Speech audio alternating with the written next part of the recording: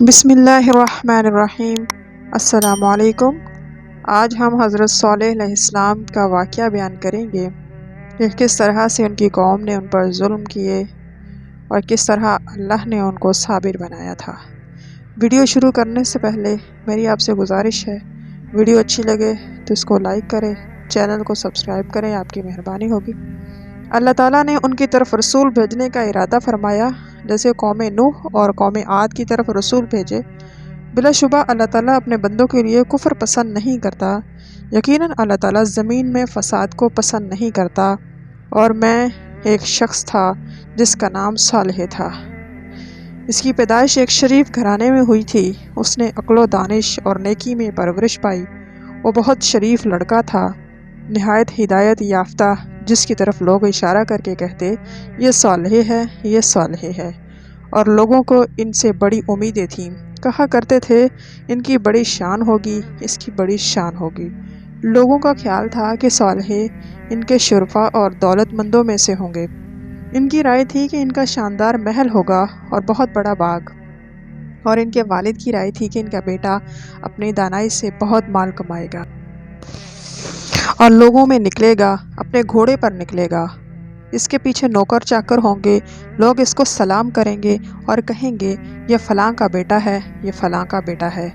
اور اسے کتنی خوشی ہوگی جب لوگوں کو یہ کہتے ہوئے سنے گا کہ یہ خوش نصیب ہے، اس کا بیٹا بہت امیر ہے۔ لیکن اللہ تعالیٰ کو کچھ اور ہی منظور تھا۔ اللہ تعالیٰ نے انہیں نبوت سے سرفراز کرنا چاہا اور ارادہ کیا کہ انہیں ان کی قوم کی طرف رسول بنا کر بھیجے، تاکہ وہ اندھیروں سے روشنی کی طرف نکال لائیں۔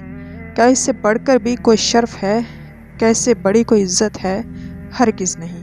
صالح علیہ السلام نے اپنی قوم میں کھڑے ہو کر زوردار آواز میں کہا، اے میری قوم، اللہ کی بندگی کرو، اس کے سوا تمہارا کوئی معبود نہیں۔ دولت مند لوگ کھانے پینے، کھیل تماشے میں لگے ہوئے تھے، بتوں کی پوجا کرتے تھے اور ان کے سوا کسی اور کو معبود نہیں سمجھتے تھے۔ چنانچہ انہیں صالح علیہ السلام کی دعوت پسند نہ آئی۔ سمود کے سرمایہ دار غضبناک ہوئے۔ انہوں نے کہا یہ کون ہے؟ ان کے خدام نے کہا یہ صالح ہے۔ وہ بولے یہ کیا کہتا ہے؟ انہوں نے جواب دیا یہ کہتا ہے اللہ کی بندگی کرو، اس کے سوا تمہارا کوئی معبود نہیں، اور کہتا ہے اللہ تعالیٰ تمہیں مرنے کے بعد اٹھائے گا اور تمہارے اعمال کا بدلہ دے گا، اور کہتا ہے میں اللہ کا رسول ہوں، اس نے مجھے اپنی طرف بھیجا ہے۔ سرمایہ دار ہنس پڑے اور کہا بیچارہ، کیا یہ رسول بنے گا؟ نہ اس کے پاس محل ہے، نہ باغ ہے، نہ کھیتی ہے، نہ کھجوروں کے درخت، پھر یہ کیسے رسول ہو سکتا ہے؟ دولت مندوں نے جب دیکھا کہ جو کچھ صالح علیہ السلام کی طرف مائل ہو رہے ہیں انہیں اپنی سرداری خطرے میں نظر آنے لگی، تو کہنے لگے یہ صالح تو تمہاری طرح کا آدمی ہے، کھاتا ہے جس قسم کا تم کھاتے ہو، پیتا ہے جیسا تم پیتے ہو۔ اگر تم نے اپنے جیسے آدمی کی اطاعت شروع کر دی تو یقیناً تم نقصان اٹھاؤ گے۔ کیا تم سے وعدہ کرتا ہے کہ جب تم مر گئے، مٹی ہو گئے، ہڈیاں بن گئے، تم نکالے جاؤ گے؟ کہاں ہو سکتا ہے؟ کیسے ہو سکتا ہے جو تم سے وعدہ کیا جا رہا ہے؟ کچھ نہیں، بس یہ دنیا کی ہماری زندگی ہے، ہم مرتے ہیں اور جیتے ہیں اور ہم نے پھر اٹھنا نہیں، اور کچھ نہیں۔ یہ ایک مرد ہے، اللہ پر جھوٹ گھڑلایا ہے، ہم اس کو ہرگز نہیں مانتے۔ لوگوں نے صالح علیہ السلام کا انکار کیا اور ان پر ایمان نہ لائے، اور جب صالح علیہ السلام نے انہیں نصیحت کی اور انہیں بتوں کی پوجا سے منع کیا تو وہ لوگ کہنے لگے اے صالح، تم تو بہت شریف لڑکے تھے، نہایت ہی نیک ہدایت یافتہ تھے، ہم سوچا کرتے تھے کہ تم شریف اور بڑے لوگوں میں سے بنو گے، اور ہم سوچا کرتے تھے کہ تم فلاں فلاں لوگوں جیسے ہو جاؤ گے، مگر تم تو کچھ بھی نہ ہوئے۔ جو ہم عمر تھے اور سوجھ بوجھ میں تم سے کمتر تھے وہ بڑے آدمی بن گئے۔ اے صالح علیہ السلام، تم نے فقیری کی لائن پکڑ لی، ہمارا گمان تمہارے بارے میں غلط ثابت ہوا، تمہارے والد بیچارے کو بھی تم سے کوئی بھلائی نہ ملی، تمہاری ماں بیچاری کی محنت مشقت بھی تم پر ضائع ہو گئی۔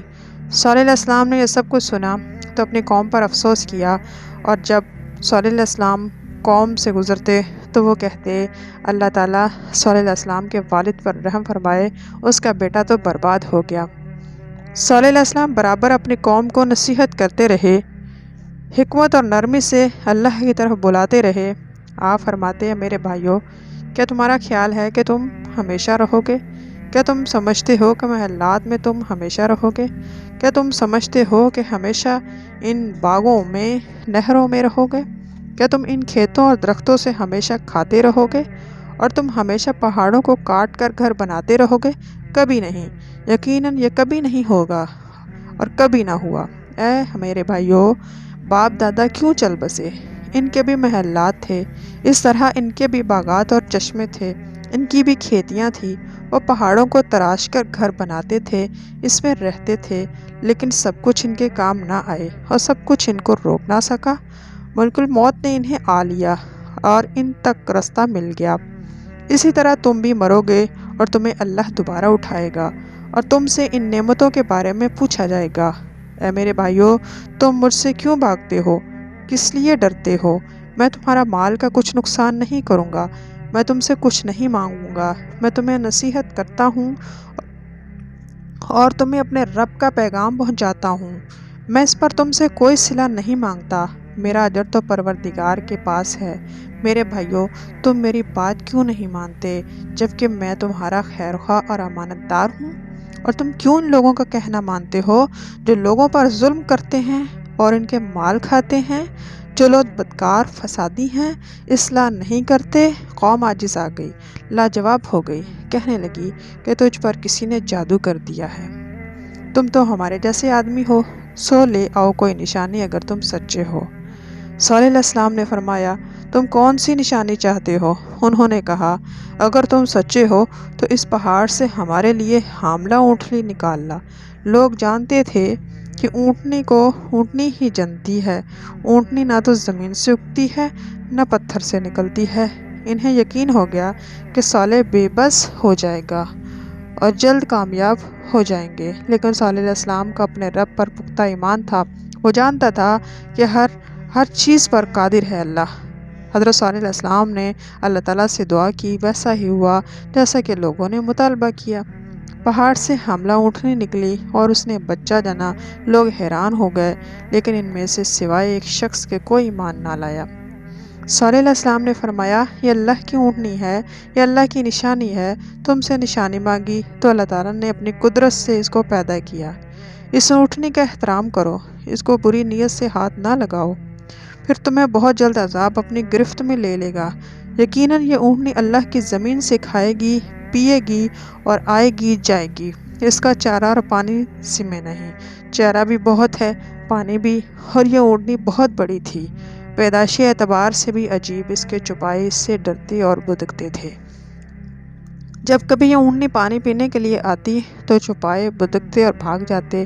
صالح علیہ السلام نے دیکھا تو فرمایا، ایک دن اونٹنی کا، ایک دن مویشی کا ہوگا، ایک دن یہ اونٹنی پیے گی اور ایک دن جانور پیئیں گے۔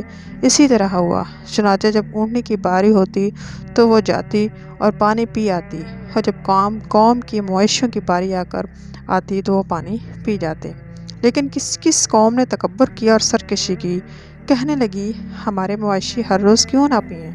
وہ لوگ اس اونٹنی سے تنگ دل ہوئے جس سے ان کے مویشی ڈرتے تھے۔ صالح علیہ السلام نے انہیں اس اونٹنی کی توہین سے ڈرا رکھا تھا، لیکن وہ نہ ڈرے۔ انہوں نے کہا، اس اونٹنی کو کون قتل کرے گا؟ ایک آدمی کھڑا ہوا اور بولا، دوسرا آدمی کھڑا ہوا، اس نے کہا، میں قتل کروں گا۔ وہ دونوں بدبخت ہوئے اور پھر انہوں نے اس اونٹنی کو قتل کر دیا۔ جب صالح علیہ السلام کو علم ہوا کہ اونٹنی ذبح کر دی گئی ہے تو انہوں نے افسوس کا اظہار کیا اور سخت غمگین ہوئے اور لوگوں سے فرمایا، 3 دن تک اپنے گھروں میں فائدہ اٹھا لو، یہ وعدہ جھوٹا نہ ہوگا۔ اور شہر میں 9 آدمی تھے جو زمین میں فساد کرتے تھے، اصلاح نہیں۔ انہوں نے قسم کھا کر کہا، ہم رات کو صالح علیہ السلام اور اس کے اہل عیال کو قتل کر دیں گے۔ جب ہم سے پوچھا گیا تو کہہ دیں گے، ہمیں کوئی علم نہیں۔ لیکن اللہ تعالیٰ نے صالح علیہ السلام اور ان کے اہل عیال کی حفاظت فرمائی۔ جب تیسرا دن ہوا، ان پر عذاب آ گیا۔ انہوں نے حسب عادت صبح کی، اچانک ایک دھماکہ ہوا، سخت بھوچال کے ساتھ ایسا دھماکہ کہ دل پھٹ گئے، ایسا زلزلہ کہ جس سے گھر گر گئے۔ سمود پر بھی دن بہت سخت تھا، سب لوگ ہلاک ہو گئے، شہر برباد ہو گیا۔ صدق اللہ العظیم۔ ہماری ویڈیو اچھی لگے اس کو لائک کریں، چینل کو سبسکرائب کریں تاکہ آنے والی ویڈیو کا نوٹیفیکیشن آپ کو مل سکے۔ انشاءاللہ ملتے ہیں کل ایک اور نئی ویڈیو کے ساتھ۔